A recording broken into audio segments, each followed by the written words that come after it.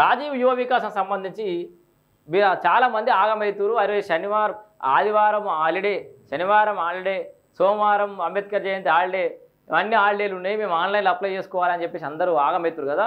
మీ అందరికీ ఒకటి విషయం చెప్తా. ఫస్ట్ నూరి 14 తారీఖు దాకా ఆన్లైన్లో అప్లై చేసుకోవచ్చు. సర్వర్ బిజీ ఉంది, అది వేరే విషయం. ఫ్రీ అయినప్పుడు చేసుకోరు. నైట్ వస్తుందా, పొద్దుగల వస్తుందా, మబ్బుల 4 గంటలు లేచి కూర్చుంటారా మీ ఇష్టం. కానీ ఆన్లైన్లో 14 తారీఖు రోజు దాకా కూడా అప్లై చేసుకోవచ్చు. అప్లై చేసుకున్న తర్వాత మీరు ఏవైతే డాక్యుమెంట్స్ మీ ఎంపీడీఓ రూరల్ ప్రాంత ప్రజలైతే ఎంపీడీఓ ఆఫీస్లో, మున్సిపల్ ఉన్న ప్రజలైతే మున్సిపల్ ఆఫీస్లో ఇవ్వాలని చెప్పేసి ఏదైతే పెట్టిరో అది 14 తారీఖు తర్వాత కూడా తీసుకుపోయి ఇచ్చి రావచ్చు. అర్థమైందా? ఏదైతే మీరు అప్లై చేసిన అన్ని మళ్ళీ డాక్యుమెంట్స్ తిరిగి తీసుకుపోయి 1-2 సెట్లు ఇవ్వాలంటారు కదా, అవి తర్వాత కూడా ఇవ్వచ్చు. ఆన్లైన్ అప్లికేషన్ 14th లోపల డేట్లో ఆన్లైన్లో అప్లై అయ్యి ఉంటే సరిపోతుంది. వాళ్ళు ఆ డేట్ని కన్సిడర్ చేస్తారు.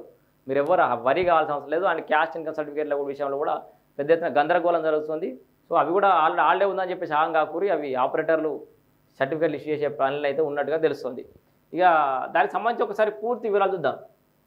యువ వికాసానికి 14 లక్షల అప్లికేషన్లు వచ్చినాయట. ఎన్ని? 14 లక్షలు. మొన్న ఫస్ట్ 7 లక్షలు చదివినాం, తర్వాత 11 లక్షలు చదివినాం, ఇప్పుడు 14 లక్షలు. యూనిట్ల మంజూరుకు 16న బ్యాంకర్లతో సమావేశం. సో 16 తారీఖు నాడు బ్యాంకర్ల సమావేశం ఉందట. 14 తారీఖు నాడు లాస్ట్, 16 తారీఖు నాడు బ్యాంకర్ల సమావేశం యూనిట్ల మంజూరుకి. రాష్ట్ర ప్రభుత్వం ప్రతిష్టాత్మకంగా ప్రారంభించిన రాజీవ్ యువ వికాసం పథకానికి దరఖాస్తులు భారీగా వస్తున్నాయి. దరఖాస్తు గడువు ఈ నెల 14తో ముగియనుండగా శనివారం నాటికి దాదాపు 14 లక్షలకు పైగా ఆర్జీలు వచ్చినట్టు తెలిసింది. దరఖాస్తుల స్వీకరణ పూర్తయిన వెంటనే కేటగిరీలు, కార్పొరేషన్లు సమాఖ్యల వారీగా వాటిని విభజించనున్నారు. సో ఈ నెల 16న బ్యాంకర్లతో సమావేశమై యూనిట్ల మంజూరు, రుణాలు తదితర అంశాలపై చర్చించేందుకు కార్యాచరణ రూపొందించినట్లు సమాచారం. సో ధృవీకరణ పత్రాలకు రికార్డు స్థాయిలో ఎందుకు చదువుదాం. ఈ పథకానికి దరఖాస్తు చేసేందుకు అవసరమైన కుల ఆదాయ ధృవీకరణ పత్రాల కోసం మార్చి 24 నుంచి ఏప్రిల్ 11 వరకు రాష్ట్ర వ్యాప్తంగా మీ సేవా కేంద్రాల ద్వారా రెవెన్యూ కార్యాలయాలకు 13.98 లక్షల దరఖాస్తులు వచ్చాయి. తక్కువ సమయంలో భారీగా దరఖాస్తులు రావడం మీ సేవ చరిత్రలో రికార్డుగా మారింది. ఎంత? 13 లక్షల, దాదాపు 14 లక్షల అప్లికేషన్లు వచ్చినాయి మీ సేవ ద్వారా. ఇది 14 లక్షలు ఇంటూ 40 రూపాయలు ఎంత తీసుకుంటారు మీ సేవలో? 45 రూపాయలు ఎంతనో మీ సేవ కట్ మీ సేవ. అది చూసిరా, ఇప్పుడు మనకి ఇచ్చే పైసలు సగం మందికి పైసలు మీ సేవ త్రూవే పైసలు వచ్చినాయి ప్రభుత్వానికి. దరఖాస్తుల త్రూవే. గత 15 రోజుల్లో 11.34 లక్షల ఆర్జీలను అధికారులు ఆమోదించారు. శుక్రవారం ఏప్రిల్ 11 నాటికి ఇంకా 2.64 లక్షల దగ్గర దరఖాస్తులు పెండింగ్ ఉన్నట్లు తెలుస్తోంది. గడువు పెంచాలని సీఎస్కు వినతి. సో ఈ 14 తారీఖు గడువును పెంచాలని సీఎస్కు వినతి ఇచ్చారట. 4 తారీఖు పోయింది, మళ్ళీ 14 వచ్చింది, మళ్ళీ పెంచమని అడుగుతారట. మరి పెంచుతారా లేదా నాకైతే డౌటే. 14 లాస్ట్ అనుకుంటున్నా.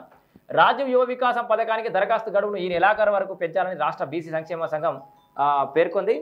సో సంఘం రాష్ట్ర కార్యదర్శి జె లింగగౌడ్ నేతృత్వంలో నేతలు సిఎస్ శాంతకుమార్ని శనివారం ఆమె కార్యాలయంలో కలిసి ఈ మేరకు వినతి పత్రం సమర్పించారు. దరఖాస్తుకు అవసరమైన ధృవీకరణ పత్రాల జారీలో జాప్యం జరుగుతోందని, సర్వర్ డౌన్ కావడంతో పాటు ఇతర సాంకేతిక సమస్యలు ఎదురవుతున్నాయని తెలిపారు.